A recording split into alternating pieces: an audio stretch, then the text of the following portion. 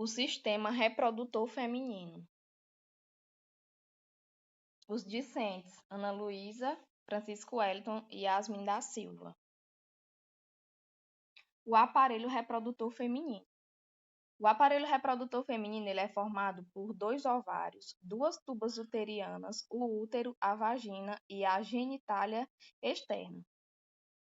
As suas funções são produzir gametas femininos, manter um ovócito fertilizado durante seu desenvolvimento completo ao longo das fases embrionária e fetal até o nascimento. A produção de hormônios sexuais que controlam órgãos do aparelho reprodutor e tem influência sobre outros órgãos do corpo. Tem 2 fases, que é a menarca e a menopausa, em que a menarca é a época que ocorre a primeira menstruação, onde o sistema reprodutor sofre modificações cíclicas em sua estrutura e em sua atividade funcional, controladas por mecanismos neurohumorais. E também tem a menopausa, que é um período variável durante a qual as modificações cíclicas tornam-se irregulares e acabam cessando. O ovário, ele é a superfície do ovário é coberta por um epitélio pavimentoso ou cúbico simples, que é o epitélio germinativo. Sobre o epitélio germinativo, há uma camada de tecido conjuntivo denso, a túnica albúgina, que é responsável pela cor esbranquiçada do ovário. O ovário tem a forma de amêndoas, medindo aproximadamente 3 centímetros de comprimento, 1,5 centímetro de altura e 1 centímetro de espessura. O desenvolvimento inicial do ovário. Ao fim do primeiro mês de vida embrionária, uma pequena população de células germinativas primordiais migram do saco viteliano até os primórdios gonodais, aonde as gônadas estão começando a se desenvolver. A atresia continua pelo restante da vida reprodutiva da mulher, de modo que aos 40 a 45 anos restam aproximadamente 8.000 ovócitos. A vida reprodutiva dura de 30 a 40 anos e são liberadas por uma mulher somente cerca de 450 ovócitos. O folículo primordial. O folículo primordial ele consiste em um ovócito envolvido por uma ou mais camadas de células foliculares, também chamadas células da granulosa. A maioria desses folículos estão em repouso e são folículos primordiais formados durante a vida fetal e que nunca sofreram nenhuma transformação. O crescimento folicular. A partir da puberdade, a cada dia, um pequeno grupo de folículos primordiais inicia o processo. Um processo esse chamado de crescimento folicular que compreende modificações do ovocito das células foliculares e dos fibroblastos do estroma conjuntivo que envolve cada um desses folículos. O folículo secundário, ele é à medida que os folículos crescem, principalmente em virtude do aumento em tamanho e número das células da granulosa, eles ocupam as áreas mais profundas da região cortical. E também tem as tecas foliculares, que durante essas modificações que ocorrem no folículo, o estroma situado imediatamente em sua volta se modifica para formar as tecas foliculares com 2 camadas, a teca interna e a teca externa. Tem os folículos pré-ovulários e a atresia folicular, onde normalmente durante cada ciclo menstrual um folículo antral cresce muito mais que os outros e se torna o folículo dominante, que pode alcançar o estágio mais desenvolvido de crescimento e prosseguir até a ovulação. E quando ele alcança seu máximo desenvolvimento, esse folículo é chamado de folículo maduro, pré-ovulatório ou gráfico. A atresia folicular, a maioria dos folículos ovarianos sofrem um processo de involução denominado atresia, por meio de qual as células foliculares e ovocitos morrem e são eliminadas por células fagocíticas. Embora a atresia folicular aconteça desde antes do nascimento até alguns anos depois da menopausa, há momentos em que é particularmente intensa.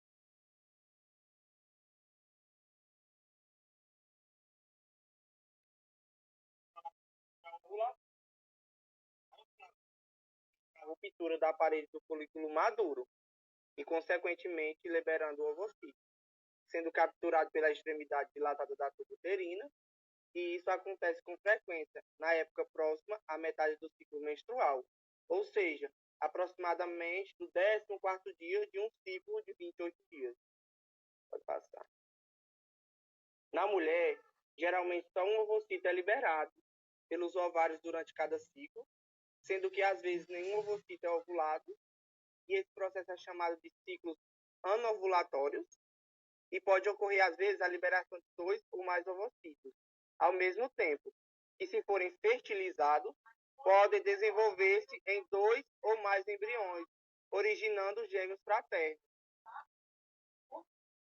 O estímulo para a ovulação é um pico de hormônio luteinizante, liberado pela hipófise em resposta aos altos níveis de estrogênio circulante produzido pelos folículos em crescimento.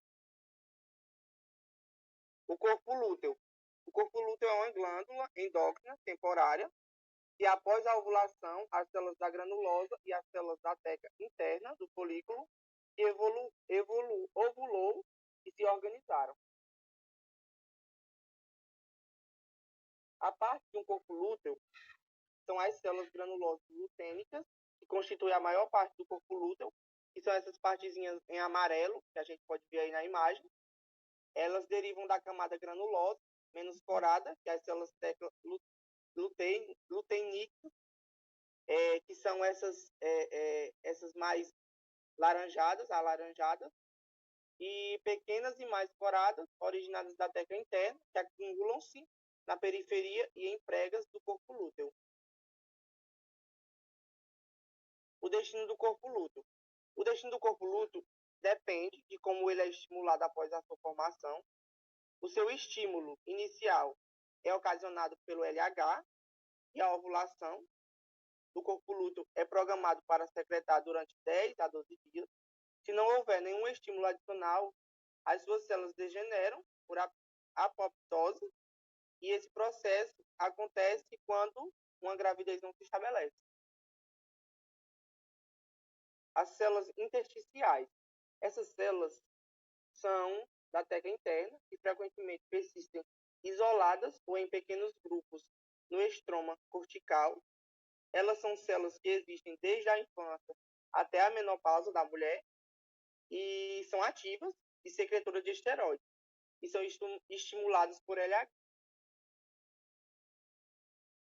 As tubas uterinas são 2 tubos musculares de grande mobilidade, medindo cada um aproximadamente 12 centímetros. O infúbulo abre-se na cavidade peritoneal, próximo ao ovário, e tem prolongamentos em forma de franjas, que são chamadas fímbrias, intramural, e atravessa a parede do útero e se abre no interior deste órgão. A parede da tuba uterina é composta de 3 camadas, uma mucosa, uma espessa e uma serosa.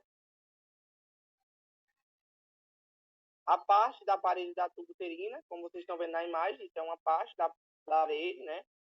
E onde a mucosa intensamente preguiada indica que esta região está próxima do ovário. A gente pode ver aqui as pregas, ó, e isso identifica como se ela está bem próxima ao ovário. E aqui embaixo tem a camada muscular, que é mais clara, uma coisinha mais clara. Pode passar. O epitélio que reveste a tuba uterina é formado por células ciliadas, células secretoras não ciliadas, mais fortemente poradas. Como a gente pode ver aí, ó, as células ciliadas, a gente vê como se fossem cílios, comparado aos nossos cílios dos olhos, e as células secretoras são essas células onde tem uma cor mais forte, um rosto mais forte. Pode passar. O útero. O útero tem formato de uma pera. O corpo do útero é a porção dilatada. Sua parte superior é em forma de cúpula, chamando-se assim de fundo do útero. A cervice ou colo uterino é a porção estreitada, que se abre na vagina, e a parede do útero é relativamente espessa e é formada por 3 camadas, que é a camada delgada serosa, que ela é constituída de mesotélio e tecido conjuntivo. Temos a adventícia, que é constituída de tecido conjuntivo sem revestimento de mesotélio, Na delgada serosa existe, né, o mesotélio. Já na adventícia não existe o mesotélio. Temos o miométrio, uma espessa camada de músculo liso, e temos o endométrio ou mucosa uterina, que é revestido a cavidade uterina. Pode passar. O miométrio é a camada mais espessa do útero, que é composto de pacotes ou grandes feixes de fibras, que são as fibras musculares lisas, separadas por tecido conjuntivo. Durante a gravidez, o miométrio passa por um período onde ocorre grande crescimento com resultado, que é a hiperplasia e a hipertrofia. A hiperplasia é o aumento no número de células musculares lisas, já a hipertrofia é o aumento no tamanho das células. Pode passar. O endométrio. O endométrio consiste em epitélio e uma lâmina própria, que contém glândulas tubulares simples e que às vezes se ramificam nas funções mais profundas, próximo do miométrio.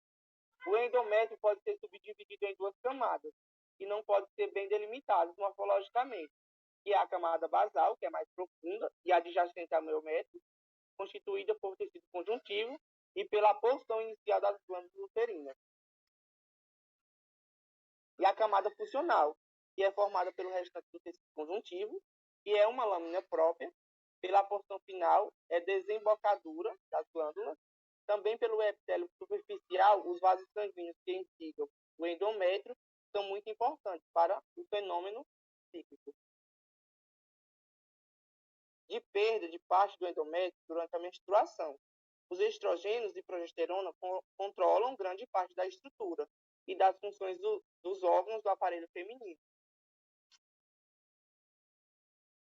Durante toda a vida de uma mulher, a estrutura das funções do epitélio vaginal e do endométrio são influenciadas por hormônios ovarianos. Aqui nessa imagem a gente pode ver o quantos hormônios podem mexer em cada fase. A gente pode ver aí em recém-nascido, a infância, o ciclo menstrual e após a menopausa. Pode passar. A fase secretória ou luteal. A fase secretória, ela começa depois da ovulação. Ela resulta da ação de progesterona, secretada pelo corpo lúteo, que se forma após a ovulação. Mitoses são raras durante a fase secretória, quase não acontece mitose. É possível que a secreção das glândulas seja uma fonte de nutrição para o embrião antes da sua implantação no endométrio. A fase menstrual. A fase menstrual, quando não ocorre a fertilização do ovocito e a implantação do embrião. O corpo lúteo deixa de funcionar de 10 a 12 dias depois da ovulação. E aqui eu trouxe só essa imagem para a gente ver a fase do ciclo, que aqui é a fase do ciclo menstrual. A gente pode ver direitinho todas as fases, até do seu momento, começa até o final do seu processo.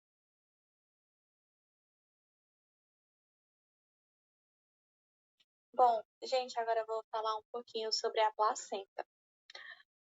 A placenta é um órgão temporário que serve como local de trocas fisiológicas entre a mãe, o feto ou o embrião. E consiste em uma parte fetal, que é o córeo, e uma parte materna, que é a decídua basal. Só voltando aqui um pouco para falar o significado de decídua. Decídua é uma camada funcional do endométrio que é durante a gestação, que sofre a expulsão do momento do parto. Essa decídua basal está situada entre o embrião e o miométrio. Assim, a placenta é composta por células derivadas de dois indivíduos geneticamente distintos. A decídua basal, ela fornece sangue arterial materno para a placenta e recebe sangue venoso dos espaços sanguíneos que existem dentro da placenta. Ou seja, acontece uma troca. A placenta, pode passar. A placenta também é um órgão endócrino, produzindo hormônios como a gonadotropina, que é o HCG, tireotropina, corticotropina, estrógenos e progesteronas. E ela também secreta um hormônio proteico chamado de somatotropina,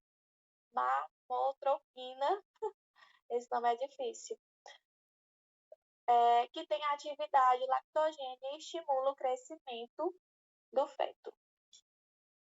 Pode passar. Agora, falando aqui um pouquinho sobre a cervix uterina. A cervix uterina é a porção cilíndrica mais baixa do útero. A estrutura histológica dessa porção difere do restante do útero. A mucosa é revestida por um epitélio simples colunar secretor de muco. A cervice também tem um pouco de fibras de músculo liso e consiste principalmente, cerca de 85% do tecido conjuntivo denso. A extremidade externa da cervice, que provoca a saliência no lumen da vagina, é revestida por um epitélio estratificado pavimentoso. A mucosa da cervice contém as glândulas mucosas cervicais, que se ramificam intensamente. Essa mucosa ela não sofre mudanças notáveis durante o ciclo menstrual e nem descama durante a menstruação. Durante a gravidez, as células das glândulas mucosas proliferam-se e secretam um líquido mucoso mais abundante e mais viscoso. As secreções cervicais têm um papel importante na fertilização. Na época da ovulação, as secreções mucosas são mais fluidas e facilitam a penetração do esperma no útero. Na fase luteal ou na gravidez, os níveis de progesterona alteram as secreções mucosas de forma que elas se tornam-se mais viscosas e previnem a passagem do esperma e de micro-organismos para o interior do útero. A dilatação da cervice, que percebe no parto, se deve à intensa colagenólise, que promove o amolecimento da sua parede. Pode passar. Agora, falando um pouco sobre a vagina. A parte da vagina não tem glândulas e consiste em 3 camadas: a mucosa, a muscular e a adventícia. O muco existente no lumen da vagina se origina das glândulas da cervix uterina, que a gente acabou de falar.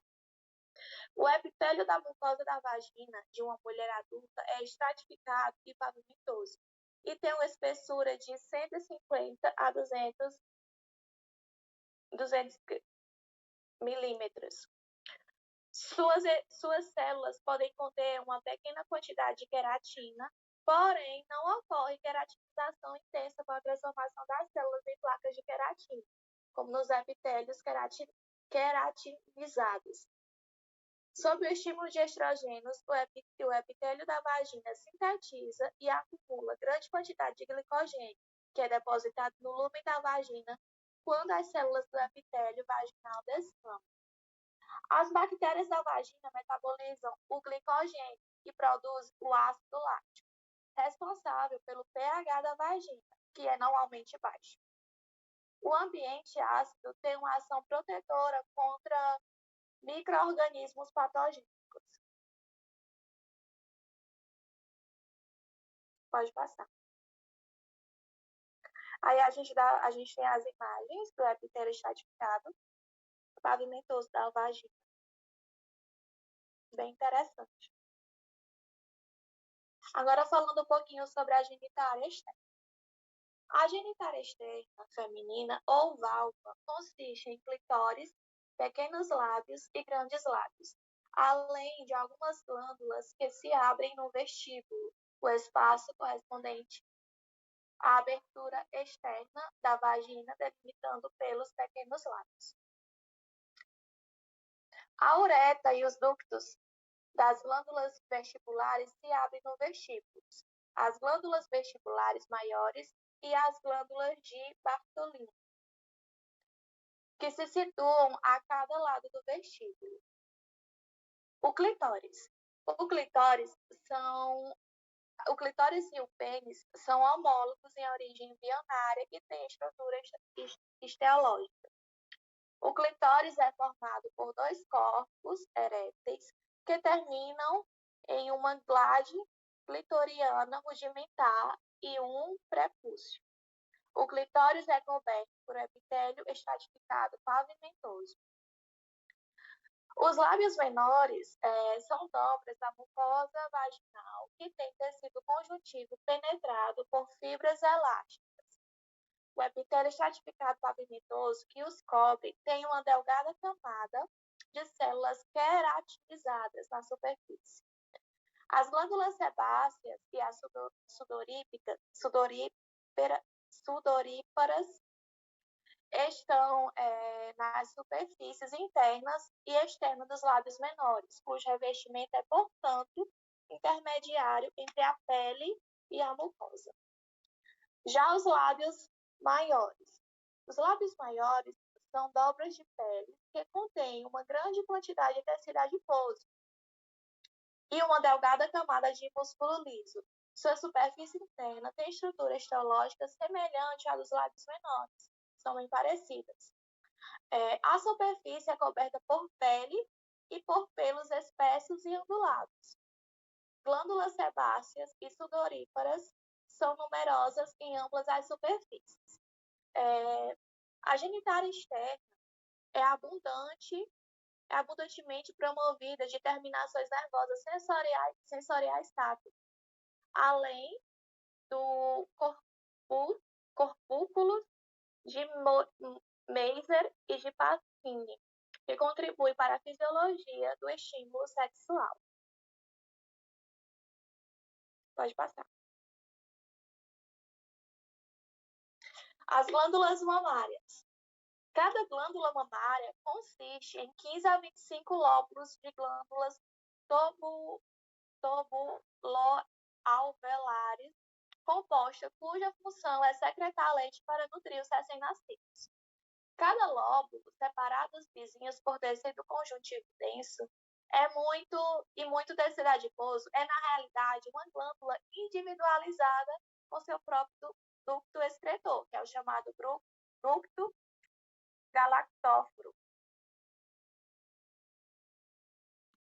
A estrutura das glândulas mamárias varia de acordo com o sexo e a idade e o estado fisiológico.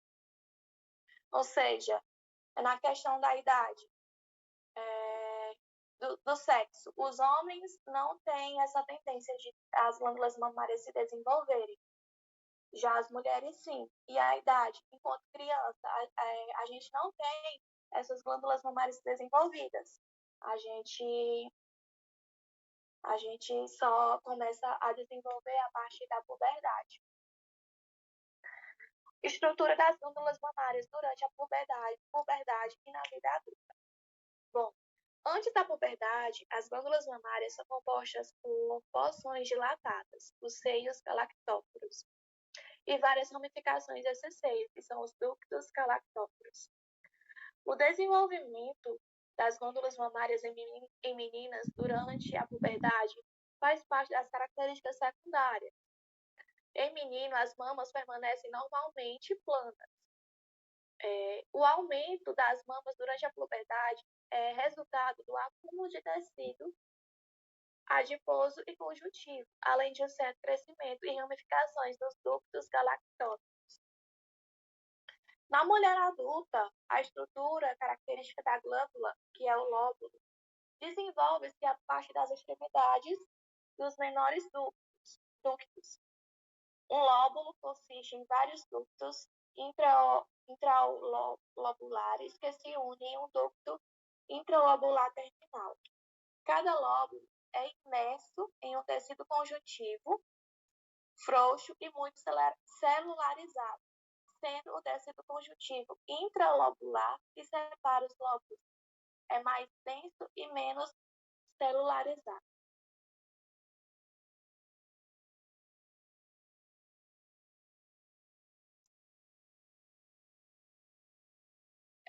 Falando agora um pouco ainda sobre o mamilo, que o mamilo ele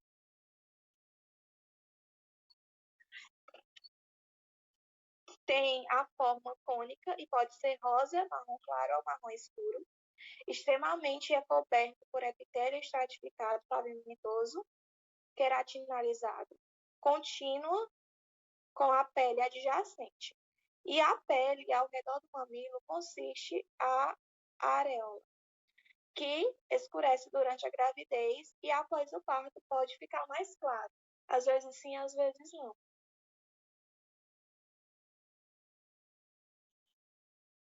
As glândulas mamárias durante a gravidez e a lactação. Bom, as glândulas mamárias sofrem um intenso crescimento durante a gravidez por ação sinérgica de vários hormônios, principalmente do estrógeno, progesterona, cloractina, lactogênio placentário humano. Uma das ações desses hormônios é o desenvolvimento dos alvéolos nas extremidades dos ductos intralobulares terminais. Os alvéolos são conjuntos esféricos ou arredondados de células epiteliais, que são as estruturas ativamente secretoras do leite na lactação.